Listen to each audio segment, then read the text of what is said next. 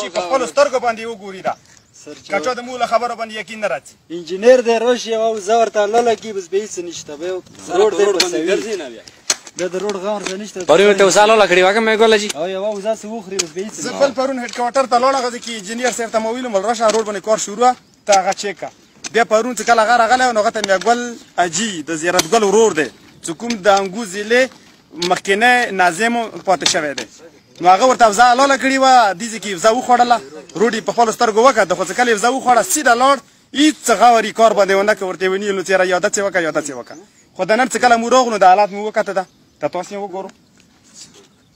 ان شاء الله دا ویډیو په فیسبوک باندې شیر کیږي باندې غور ونه شي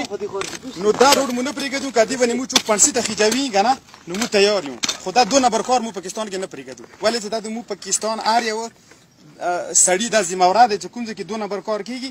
هغه باندې پکار دی چې هغه سړی اواز اوچت لکه موږ چې اوچت کړه انده چې ایماندار خلک چې نور ډېر شي موږ سره پاتې ټول خلک اواز اوچت کړي نو انشاءالله د مو ملک په ډېر زر ترقي وکړي